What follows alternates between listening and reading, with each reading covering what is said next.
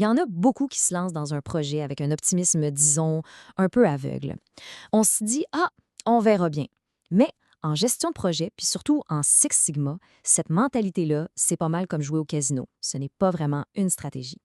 Alors, voyons ensemble comment transformer ce jeu de hasard en une science quasi exacte. Cette phrase-là, elle peut paraître un peu dure, c'est vrai, mais elle est vraiment au cœur de la philosophie Six Sigma. Faire une évaluation des risques, ça ne veut pas dire être pessimiste, non, non. Ça veut dire être préparé. C'est comme se donner une armure contre tous les imprévus qui peuvent faire dérailler même les meilleurs projets. C'est la question qui tue. La bonne nouvelle, c'est qu'il existe une méthode bien structurée pour transformer cette incertitude-là en un plan d'action qui est clair, qui est précis. Et c'est exactement ce qu'on va décortiquer maintenant. Bon, commençons par regarder ce qui se passe quand on ignore les risques. On entre dans ce qu'on pourrait appeler le casino du projet. Chaque décision qui n'est pas préparée devient un pari à très haut risque. Et le résultat de tout ça, c'est le chaos. Tout simplement. Imaginez une seconde, l'équipement critique qui lâche, un fournisseur clé qui ne livre pas ou un membre essentiel de l'équipe qui remet sa démission. Si on n'a pas anticipé ces scénarios, le projet s'arrête net. C'est vraiment ça la différence entre une gestion de crise complètement paniquée et une transition en douceur vers un plan B déjà prêt. C'est justement face à ce chaos potentiel que le vrai leadership se montre. Un leader solide, il ne mise pas sur la chance, non. Il ou elle utilise des outils pour bien cartographier le terrain, identifier les dangers et préparer son équipe à n'importe quelle éventualité. C'est un signe de grand professionnalisme, pas de pessimisme. OK, pensons à la pratique. La toute première étape, c'est de jouer au détective. Il faut lister absolument tout ce qui pourrait mal tourner. Il faut vraiment ne laisser aucune pierre non retournée. Et pour ça, voici l'outil par excellence, l'AME ou FMEA en anglais. En gros, c'est un document super structuré qui force l'équipe à réfléchir de façon systématique à chaque étape d'un processus, puis à identifier les défaillances possibles, leurs causes, puis leurs effets. C'est un peu comme faire l'autopsie d'un problème avant même qu'il arrive. Ce qu'il faut retenir ici, c'est que les risques ne sont pas juste techniques. Un risque humain, par exemple, comme de la résistance au changement, ça peut être aussi dévastateur qu'une panne de machine. Ou encore un risque de calendrier. Imaginez le promoteur du projet qui part en voyage juste avant une signature cruciale. Faut penser à tout. Bon, une fois qu'on a notre grande liste de risques, on ne peut pas tout attaquer en même temps. C'est impossible. Il faut prioriser. Et pour faire ça intelligemment, on va s'appuyer sur une analyse quantitative.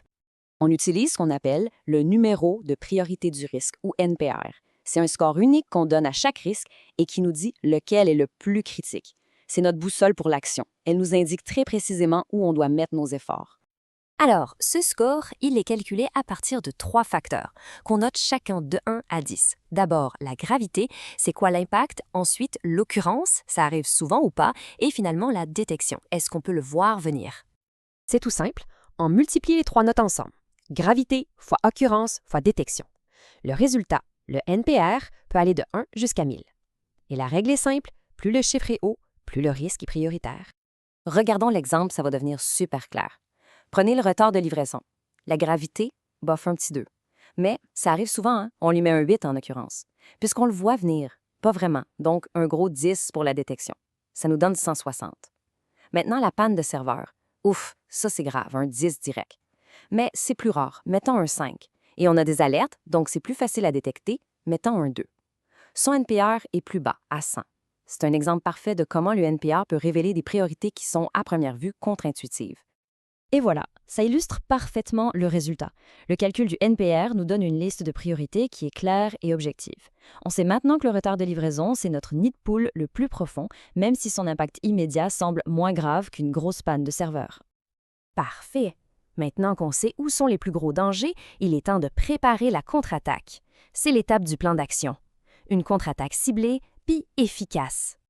Il y a 2 types de plans à préparer. D'un côté, le plan d'atténuation, c'est l'action préventive. On bouche le nid de poule avant de tomber dedans. De l'autre côté, le plan de contingence, c'est notre plan B, l'action réactive. On s'assure d'avoir une route de secours dans le coffre au cas où. Par exemple, pour atténuer un risque de données pas fiables, on peut faire une analyse du système de mesure, une MSA, bien en amont. Pour la contingence, si on a peur d'un retard de fournisseur, on peut déjà identifier puis qualifier un fournisseur de rechange. Le plus important, c'est d'avoir ces plans-là prêts avant que la crise frappe. Pour finir, essayons d'adopter l'état d'esprit d'une ceinture noire. C'est vraiment ça qui distingue l'amateur d'un pro en Six Sigma.